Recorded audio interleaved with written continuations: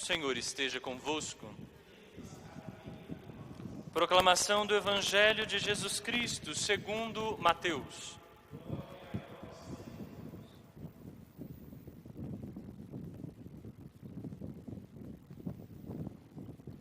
Tendo Jesus descido do monte, numerosas multidões o seguiam. Eis que um leproso se aproximou e se ajoelhou diante dele, dizendo: Senhor, se queres, tu tens o poder de me purificar. Jesus estendeu a mão, tocou nele e disse: Eu quero, fica limpo.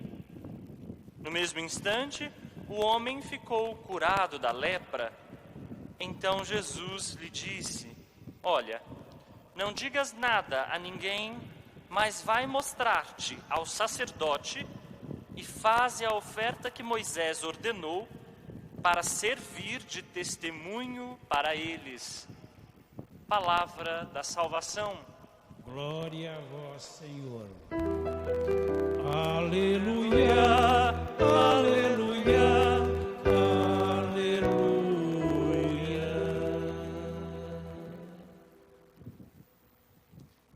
Caríssimos irmãos e irmãs que nos acompanham a partir do YouTube ou do Facebook, o Evangelho de hoje, tirado de Mateus, começa dizendo exatamente isso. Tendo Jesus descido do monte, Jesus estava no alto da montanha e ali, juntamente com seus discípulos, ele lhes deu aquilo que é a regra básica para segui-lo, um plano de seguimento. Quem quiser ser discípulo de Jesus deve participar de sua vida e missão, vivenciando as bem-aventuranças, sendo misericordioso, pacífico, defendendo a justiça, com fome e sede de justiça.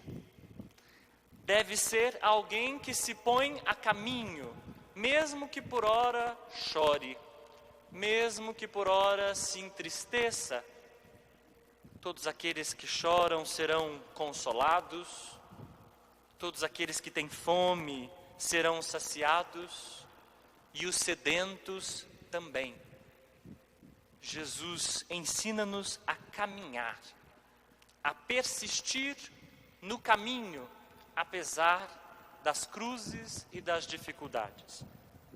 Quando Jesus desce a montanha, um leproso se aproxima dele. Apenas nesse versículo há muita coisa escondida. Aproximar-se. Um leproso não podia se aproximar de ninguém. Ao descobrir em si a lepra, e qualquer coisa poderia ser lepra na época de Jesus, qualquer erupção inexplicável na pele era considerada lepra. Um leproso, quando fosse reconhecido como tal, devia estar à margem. Além da enfermidade, era excluído. Ao ver alguém, o leproso, que deveria andar com os cabelos desgrenhados, com roupas de saco, deveria gritar: leproso, leproso, para que ninguém se aproximasse dele.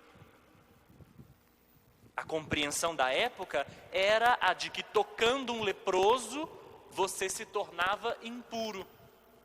Porque se alguém é leproso por alguma razão, ou porque pecou ele mesmo, ou porque alguém pecou, e este pecado está sendo pago por ele.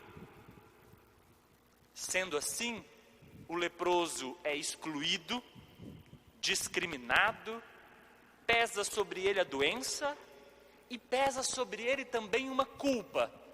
A culpa de estar em sua situação, sem sequer, muitas vezes, saber por que está nessa situação. Então o leproso é alguém revitimizado, feito vítima e revitimizado na culpa e no preconceito. Portanto, quando ouvimos leproso no Evangelho, não estamos falando de alguém que tem apenas uma doença. Estamos falando de alguém que está à margem, de alguém que tem culpa, de alguém que é considerado pecador e que não pode se aproximar de ninguém. Quem é que imputa isso ao leproso? Quem é que coloca nele a chancela de impureza? Os sacerdotes. Na época de Jesus, os sacerdotes são os responsáveis por estabelecer quem é puro e quem não é puro. E com isso, tem também o direito de estabelecer quem está à margem e quem não está. Quem sofrerá o preconceito e quem não sofrerá. E quem, além de todos os outros pesos, ainda carregará o peso da culpa. São os sacerdotes quem estabelecem quem é puro e quem é impuro. E além disso, estabelecem quem se purificou. Fica na mão deles não só o cuidado da religião, mas também um certo domínio sobre as consciências e sobre a vida do povo, a vida dos outros. A religião toma conta, nesse sentido, também do ordenamento social. Mas esse leproso, contrariando tudo, contrariando inclusive a norma que está pesando sobre os seus ombros, o jugo que puseram sobre ele, aproxima-se de Jesus. Então esse verbo é super potente nesse evangelho, aproximar-se. O leproso se aproxima, vencendo tudo o que lhe disseram, vencendo inclusive a autoridade dos sacerdotes, tirando dele o jugo, ele se prostra diante de Jesus. E prostrar-se aqui significa o total reconhecimento de que Jesus é Senhor. E então, é isso o que diz o leproso. Ele pede a Jesus que o cure, que o purifique. Se queres, tu tens o poder de me purificar, diz o leproso.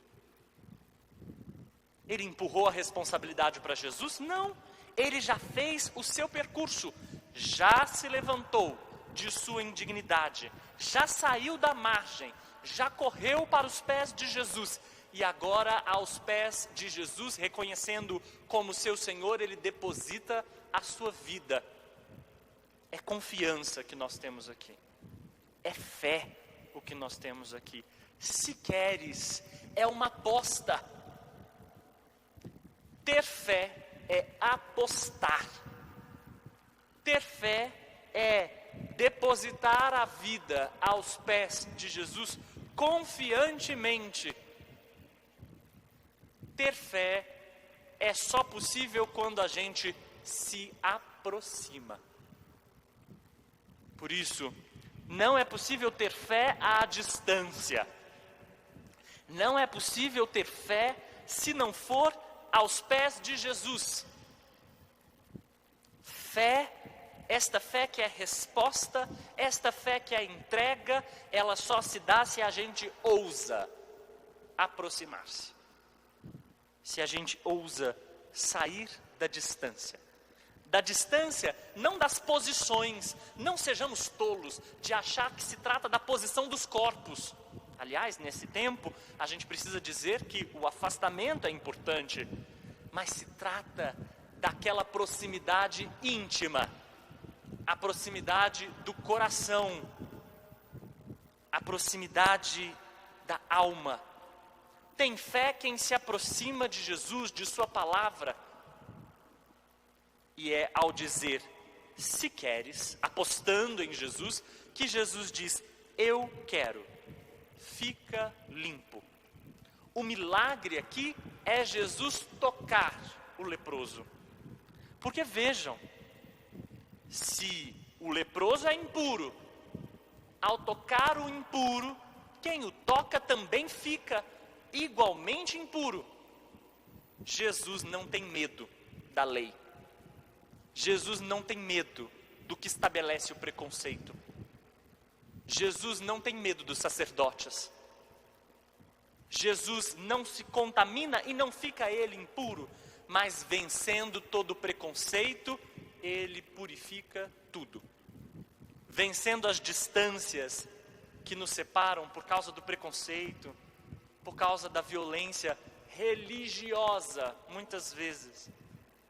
Tocando, Jesus dá a este homem a graça que ele lhe pede. Então, de alguém que se aproxima de Jesus, Jesus também se aproxima. Jesus toca. O toque de Jesus. Como nós também precisamos desse toque. E Ele o faz, superando tudo. Não é por nosso mérito, não é pelo que fazemos, não é pelo que somos ou deixamos de ser, é por causa de seu amor resolvido, resoluto, que Ele toca. E ao tocar, cura. Nós também precisamos deste toque. E para recebê-lo é preciso aproximar-se.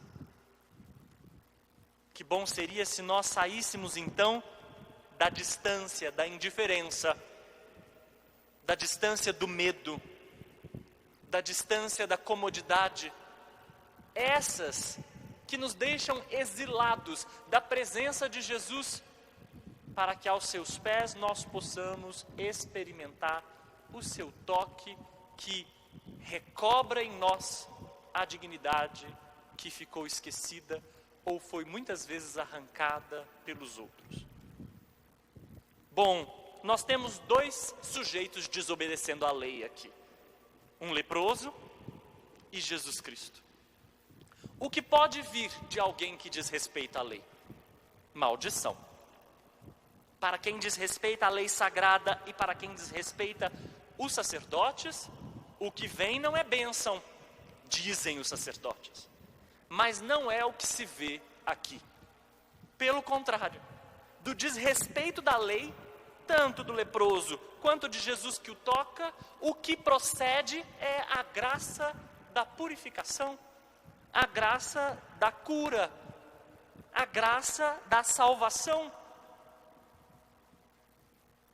Parece que então os sacerdotes precisam reconhecer algo para além da letra da lei. Eles precisam reconhecer que a vida humana precisa ser protegida, defendida. Que as pessoas não devem ser postas à margem, nem excluídas, mas trazidas para o meio, cuidadas. Que a religião não foi feita para separar puros e impuros, nem estabelecer quem é santo ou pecador, nem fazer juízos, ou colocar sobre o ombro dos outros julgos pesados. Os sacerdotes precisam descobrir que o que a religião deve fazer é cuidar, é pôr à vista o amor de Deus. É este toque que a religião deve repetir se quiser ser a religião de Jesus Cristo. Esse toque que supera preconceitos e distâncias. Esse toque que levanta, que recobra a dignidade das pessoas, que faz com que elas enxerguem a dignidade que possuem. Se não for isso, a religião não é religião de Jesus Cristo. É religião que põe jugo e peso no ombro dos outros. E é por isso que Jesus, como um homem esperto, como um homem sagaz e com uma boa dose de ironia, vai dizer assim: ao leproso: olha, não digas nada a ninguém, mas vai mostrar-te ao sacerdote e faze a oferta que Moisés ordenou para servir de testemunho para eles, para que eles enfim compreendam. Jesus cura não só o leproso, mas vai fazer do leproso um instrumento de cura do sistema. O leproso começa a exercer um papel de cura sistêmica, porque o sistema está todo corrompido e ele só foi posto à margem por causa desse sistema, e ele só foi discriminado por causa desse sistema religioso violento na sua radicalidade. Quando este homem vai aos sacerdotes, ele que se aproximou de Jesus, que rompeu com os estatutos da lei e ainda recebeu a graça, o sistema cai. O sistema rigorista, que esqueceu da vida, mas defende a letra. Jesus Cristo sabe aonde tocar. Jesus sabe onde colocar a mão para curar. E Jesus sabe também derrubar tudo aquilo que sustenta a dominação e sustenta a injustiça e a opressão sobre os seus. Uma religião que saiba aproximar-se, tocar e ainda superar esse sistema que, ao invés de ajudar, ao invés de atrapalhar, ao invés de ajudar, atrapalha, que ao invés de ajudar, faz pesar os ombros dos outros. Ora, essa é uma religião realmente cristã. A primeira leitura fala do exílio. O povo vai para longe de sua terra, para longe de seu templo, para longe de tudo aquilo que é mais sagrado para eles. Esse povo sofre este exílio e os opressores ainda pedem que eles cantem, como diz o salmista. Que eles entoem seus hinos, mesmo distantes de sua terra. O salmista, aliás, cantou bem: se de ti, Jerusalém, eu me esquecer, que se prenda ao céu da boca a minha língua. É preciso recordar a liberdade, é preciso recordar a própria terra, é preciso não perder de vista a própria dignidade, porque se nós perdermos a esperança, e se nós perdermos a coragem de lutar pela liberdade, o opressor venceu. Por isso, que não nos esqueçamos da nossa Jerusalém. E quando formos nós, os exilados, à margem, como aquele leproso, que a gente se levante e saiba aos pés de quem se colocar. Amém.